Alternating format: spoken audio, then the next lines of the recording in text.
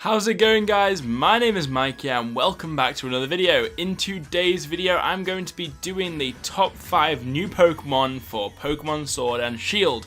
Now if you guys didn't know, we're obviously going to the new region, the Galar region, and I'm excited because we've got some new Pokemon. Now we've obviously been revealed the starters, but we don't know what else is going to be next, so I'm going to speculate using some Fakemon designs by the lovely people on DeviantArt. And I'm going to go over them and show you kind of some designs I'd love to see in the Galar region. Now if you guys are really hyped for this video, be sure to leave a like down below and let me know what you guys would put in the Galar region, whether that be Fakemon, Mega Evolutions or new Galar forms. Let me know, I'd love to hear what you guys have to say. Anyway guys, let's get straight on with the actual point of the video. Now the first Pokemon on this list is Devrekon. Now this Pokemon is a water ghost type based on a shipwreck, and the name kind of comes from Davy Jones' locker. So it's a really interesting design. Obviously the Galar region is an island, there's loads of sea around it, surrounding it, and this Pokemon kind of makes sense. It kind of feels like it'd fit into one of the water pits, or even a lake even. That would be really cool if it was like in a deep part of the lake. That would be a really nice idea. So this design is kind of it's got like this armor, like this boat armor sort of stuff, and then it's sort of like a mermaid, but then also not. It's really cool, it's really interesting, it's a nice design. Its ability would either be pressure or battle armor, and it's said to be made from an accumulated grudge of sailors lost at sea. The sight of a Devrekon is considered bad luck. Travelling slowly through the underwater currents, this Pokemon gathers parts of ships to create its armor. There we go. Whenever green fog rises from the ocean water, it is a sign that Devrekon has begun its harvest. Ooh, searching for stray ships and souls to devour. That is really gruesome. So can you imagine for a second this like mermaid-like shipwrecked Pokemon coming to devour your soul? That is a hell of a good mon. Legends tell that sailors who fall victim become a part of a ghostly crew serving till the end of time. Ooh, that's some interesting lore there, guys. So this Pokemon is really cool, really interesting. Water ghost type, obviously, for reasons that I've just explained. And the description sounds pretty horrific. So I think this Pokemon would be a really good contender for like a new Pokemon we could see, or something along those lines. So let me know what you guys think of this one, and let's get into the next one. The next Pokemon on our list is Dora Roo. Now this Pokemon's really interesting. It's a grass type Pokemon and it looks like a blade of grass essentially. So you might be thinking, hey, that's pretty simple, but when you think of the Galar region, what do you see when you see like the Galar region? You see fields, you see loads of grass, loads of wildlife, loads of energy, loads of high saturation colours. So we could expect something like this for a grass type. It's totally, doable. It's totally possible. Who knows? But this is a really nice Pokemon. Now, the ability for this is Hydration or Natural Cure. Now, that obviously means that it's going to gain some HP here and there. So it's obviously a very much kind of nature-themed mon. So that's quite an interesting idea. Now, it says here, Dora Roo gather water from inside their body from dew and raindrops and carry excess water at the end of their largest blade. So it's they're sort of like a camel, but like a grass camel. So they're like storing water to use, obviously, for different things, but it's not a water type, which is really interesting.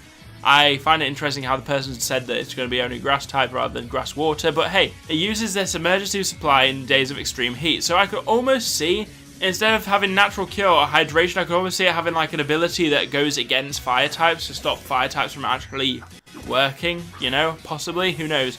It'd be a really interesting idea. I can't remember what the ability's called, but it'd be really cool to do that because then it's kind of immune to fire types, which would be really interesting. And it says here, evolves into a Pokemon called Koyogame. Now, Koyogame is the tall stalk Pokemon, still a grass type, interestingly enough, so it's not evolved into anything special or anything more interesting. It has the same abilities as Dora Roo, which is really cool, so it's kind of like just a standard, switch up as it evolves. It gets more moves or more power or more stats, so that's all it really does. But hey, it's a really nice design as well. I'm going to include it in this design. So, let me know what you guys think of this. And it says here that Kyogame evolved to grow really tall as a surprise to most trainers. Their own personal supply of water forms around their head in the shape of a rain cloud.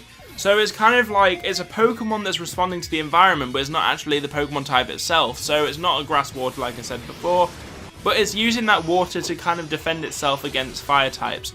Really, really interesting idea. Let me know what you guys think of these kind of two Pokemon in one. And yeah, let's move on to the next one. So in position number 3, we have the Pokemon Christide. Now this Pokemon's really interesting. It's a normal steel type horse Pokemon. Now I really want another horse Pokemon in the Galar region. Why not?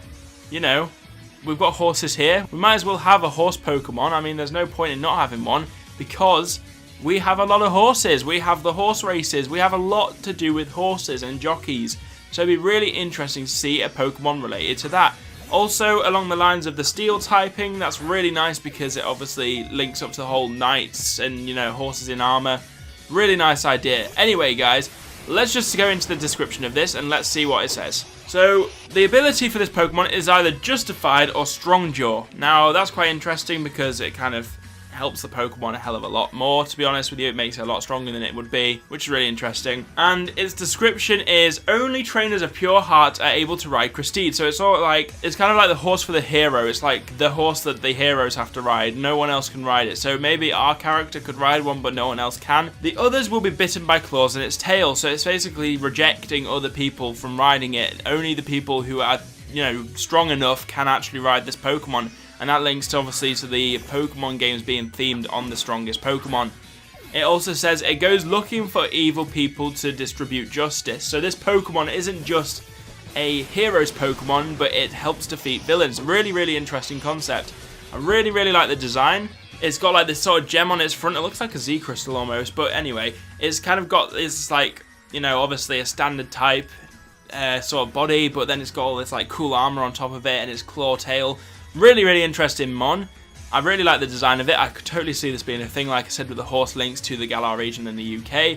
So that's why I put in number 3. Now let's move on to the second mon. Now the second mon is Dreek. Now this Pokemon is based on a tree trunk, obviously, and obviously when we saw the trailer for the Pokemon Sword and Shield games, we saw this like forbidden, abandoned, kind of magical, enchanted forest. I could totally see this Pokemon being a thing in that forest. Really, really interesting concept. Now the name actually suggests for Dreek, it's Dread, Tree, and Eek. So it's sort of like a fearful, you know, like a scary Pokemon that's hiding in the shadows and kind of comes out to scare you at night. So really interesting naming concept. Its species is the Hollow Pokemon and its typing is Grass Dark. I could totally see that being a thing. It's very dark, very mysterious, very spooky, but not ghost-like. It's more creepy.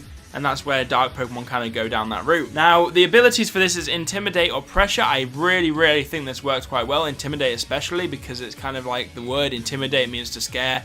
Lower the attack of the Pokemon and do a hell of a lot of damage.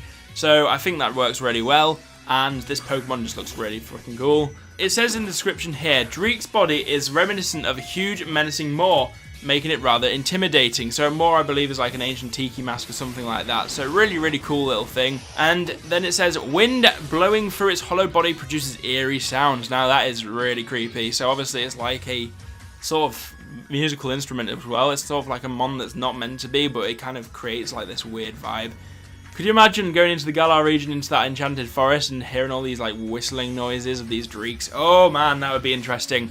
Anyway, guys, let me know what you guys think of this design. I really like how it's got like little claws and these like fake eyes, and then its real eyes are further up. It's kind of creepy. They could definitely have done more with this, where they could have said, you know, takes away the souls of children or something creepy like that, like Hypno or whatever. But that's that Pokemon there. Now let's get into the first Pokemon on our list. Now, the first Pokemon on our list is the Pokemon Colony. Now, this Pokemon is very similar to Combee, but it's obviously a different take, and it makes more sense for the Galar region. I'll explain why in just a second.